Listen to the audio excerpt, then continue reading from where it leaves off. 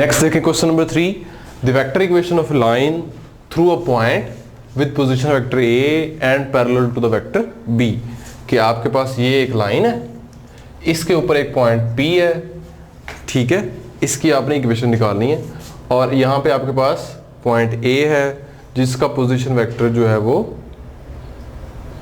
A है, और यहाँ पे आपके पास ओरिजिन है। यहाँ पे एक और वेक्टर भी है B है जो कि इसके पैरेलल है इस लाइन के, तो यहाँ कहीं B वेक्टर पड़ा हुआ है आपके पास। और आपने करना क्या है, आपने इस पॉइंट का पोजीशन वेक्टर निकालना है। वो आपके पास क्या होगा, ये वाला वेक्टर, ये R हमने बेसिकली फाइंड करना है। तो यहाँ पे अगर आप लगाएंगे, इस वेक्टर एडिशन यूज करेंगे, vector A plus B vector को हम यहाँ पे लेके आएंगे, तो ये देखें ये वाला जो आपके पास ये लेंथ है, ये वेक्टर B की लेंथ से ज्यादा है। तो फिर क्या करेंगे, हम B को किसी कांस्टेंट से, स्केलर से मल्टीप्लाई करेंगे, A plus some T times B। तो ये आपके पास क्या बन जाएगा, इसका रिजल्टेंट, और वो किसके बराबर है, R के। तो इस पॉइंट P का जो पोजीशन वेक्टर बन गया वो क्या बन गया, A प्लस TB।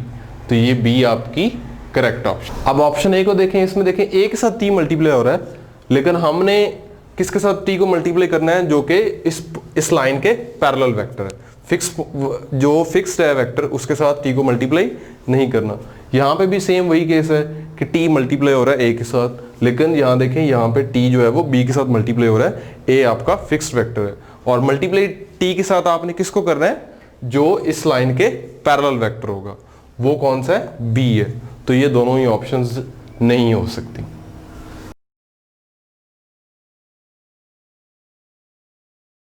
नेक्स्ट देखें question number 4, the angle between the vectors A and B is π/4। Vectors A और B के दरमियान में एंगल π/4 है। देन हमने इसकी वैल्यू बतानी है। तो यहाँ देखें आपके पास है A cross B।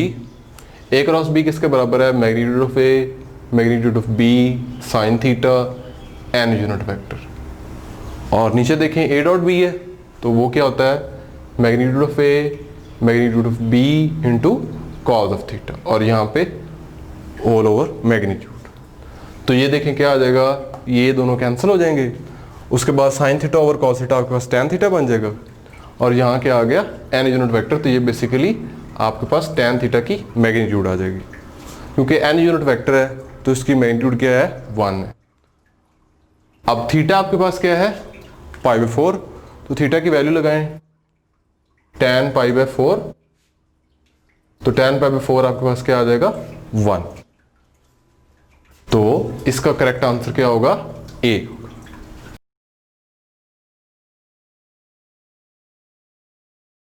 Next question number 5 देखें, if A and B are unit vectors and theta is the angle between them. A और B यूनिट वेक्टर्स हैं और थीटा उनके दरमियान में एंगल है। देन हमने वैल्यू निकालनी है cos ऑफ θ/2 का मॉड। तो अब हमने जाना है cos की तरफ, इसलिए हम डॉट प्रोडक्ट से शुरू करेंगे। तो डॉट प्रोडक्ट के लिए हम इन टर्म्स के स्केयर से स्टार्ट करेंगे ताकि डॉट प्रोडक्ट में कन्वर्ट कर सकें। तो हम A प्लस B मॉड के स्केयर से स्टार्ट करते हैं।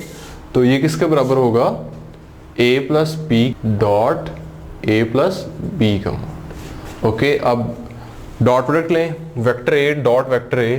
तो ये आपके पास वेक्टर A के मॉड का स्केयर आ जाएगा। देन A डॉट B आपके पास आ जाएगा। उसके बाद नेक्स्ट देखें आपके पास क्या आ जाएगा, फिर B डॉट A, तो वो भी A डॉट B ही आ जाएगा।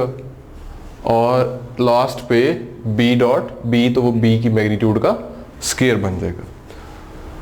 ओके जी, मॉड ऑफ A का स्केयर और मॉड ऑफ B का स्केयर आपके पास क्या आ जाएंगे, 1, क्योंकि A और B यूनिट वेक्टर्स हैं। 1, ये A dot B 2 times A dot B plus ये भी 1, 2 plus 2 times A dot B को हम ऐसे लिख सकते हैं, mod of A mod of B cause of theta. A mod B mod तो आपके पास क्या आ गया, 1। तो ये 2 प्लस 2 कॉस थीटा आपके पास आ गया। 2 कॉमन ले लें, ये आ गया 1 प्लस कॉस थीटा। तो 1 प्लस कॉस थीटा आपके पास क्या होता है, 2 कॉस स्क्वायर θ/2। तो आपके पास क्या बन गया, A plus B mod square is equal to 4 times cos square theta by 2। तो दोनों तरफ स्केयर रूट ले लें, 4 को इधर ले आए, तो ये आ जाएगा 1/2 into A plus B mod equal to cos of theta by 2 का मॉडुलस। तो ये हमारी करेक्ट ऑप्शन होगी। अगर आप बी को देखते हैं, इसमें है a माइनस बी, जब यहाँ इसको यूज करेंगे माइनस आ जाएगा, इधर आपके पास माइनस आ जाएगा, यहाँ पे भी माइनस, यहाँ भी माइनस, तो ये 1 माइनस कॉस बनेगा और ये साइन बन जाएगा। तो इससे आप साइन थीटा बाई 2 निकाल सकते हैं। और ये a minus B over a plus B, तो साइन ओवर कॉस आपके पास क्या बन जाएगा, टैन। और ये क्या है, a plus B over a minus B, तो कॉस ओवर साइन क्या आ जाएगा, कॉट आ जाएगा। क्योंकि हमें तो कॉस थीटा बाई 2 चाहिए, तो हमारी ऑप्शन क्या होगी, ए होगी।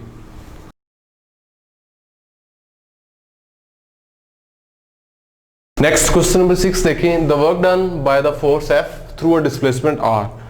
हमने वर्क डन निकालना है, फोर्स भी हमारे पास मौजूद है, डिस्प्लेसमेंट भी मौजूद है। तो वर्क क्या होता है, F डॉट D या F डॉट R। तो डॉट प्रोडक्ट ले लें। F है आपके पास 2i माइनस जे माइनस के, डॉट R है आपके पास 3i प्लस 2j माइनस 5। तो सेम कंपोनेंट्स का डॉट प्रोडक्ट ले लें बस हम। तो 2 इंटू 3 6 आ गया, और i डॉट i 1 होता है। फिर -1 प्लस 2, तो ये आपके पास -2 आ गया, और ये -5 -1 तो +5 आ गया।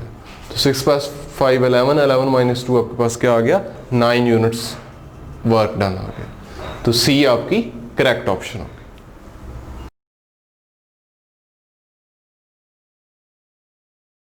क्वेश्चन नंबर 7 देखें। Any 3 vectors A B C are coplanar if and only. तो 3 वेक्टर्स ए बी सी जो है वो कोप्लेनर कब होंगे, अगर उनका स्केलर प्रोडक्ट क्या होता है, 0। तो वो क्या है, फर्स्ट। ठीक है, तो ये हमारी ऑप्शन होगी। हम इसको देख भी लेते हैं कि अगर ये हमारे पास कोई प्लेन है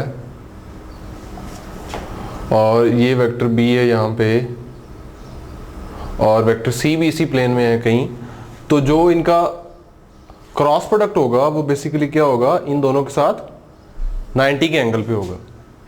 ये क्या होगा आपका B क्रॉस C, ये B के साथ भी 90 के एंगल पे होगा और C के साथ भी 90 के एंगल पे होगा। और उसके बाद क्या है, A dot this vector is equal to 0। तो इस वेक्टर और A का डॉट प्रोडक्ट 0 कब होगा, अगर वेक्टर A का B क्रॉस C वाले वेक्टर के साथ जो है एंगल है वो भी 90 होगा। तो इसका मतलब A भी B और C के प्लेन में ही होगा। तो वेक्टर A कहीं यहाँ कहीं होगा, ठीक है, कुछ ऐसा होगा कि उसका जो एंगल है इसके साथ B क्रॉस C के साथ वो क्या होगा, 90 होगा। तो इसका मतलब ये है कि A B C तीनों जो हैं वो एक ही प्लेन के ऊपर लाई कर रहे हैं। तो इसका मतलब ये है कि वो कोप्लेनर है। तो ये हमारी करेक्ट ऑप्शन होगी। अगर इसको देखें, ये क्या है, A cross B dot C is equal to 0। तो B डॉट C आपके पास एक स्केलर बन जाएगा। तो एक स्केलर का वेक्टर के साथ क्रॉस प्रोडक्ट हो नहीं सकता, ठीक है, सिंपल प्रोडक्ट हो सकता है। तो ये वैसे मीनिंगलेस है। आप इसको देखें, A dot B dot C is equal to 0। तो B डॉट C अगेन एक स्केलर आ जाएगा। स्केलर का एक वेक्टर के साथ स्केलर प्रोडक्ट फिर नहीं हो सकता। और ये देखें, तो B क्रॉस C और A का क्रॉस प्रोडक्ट 0 है। इसका मतलब ये है कि B क्रॉस C वेक्टर और जो वेक्टर है ये आपस में क्या है, पैरेलल है। यानी अगर ये वेक्टर B है, वेक्टर C है, ये एक प्लेन में है, तो जो B क्रॉस C होगा वो बेसिकली क्या होगा, उसका इन दोनों के साथ एंगल क्या होगा, 90 डिग्री। A के साथ क्रॉस प्रोडक्ट का जवाब 0 भी है। इसका मतलब ये है कि जो वेक्टर A और वेक्टर B क्रॉस C है ये दोनों आपस में क्या है, पैरेलल है। ठीक है, ये दोनों आपस में क्या है, पैरेलल है। तो इसका मतलब ये है कि A जो है B और C के साथ परपेंडिकुलर भी है और इनके प्लेन में भी नहीं है। तो अगर ये क्रॉस प्रोडक्ट 0 है, वेक्टर ट्रिपल प्रोडक्ट, तो हम नहीं कह सकते कि वेक्टर्स जो हैं वो कोप्लेनर हैं। तो हमारी करेक्ट ऑप्शन कौन सी है, A वाली।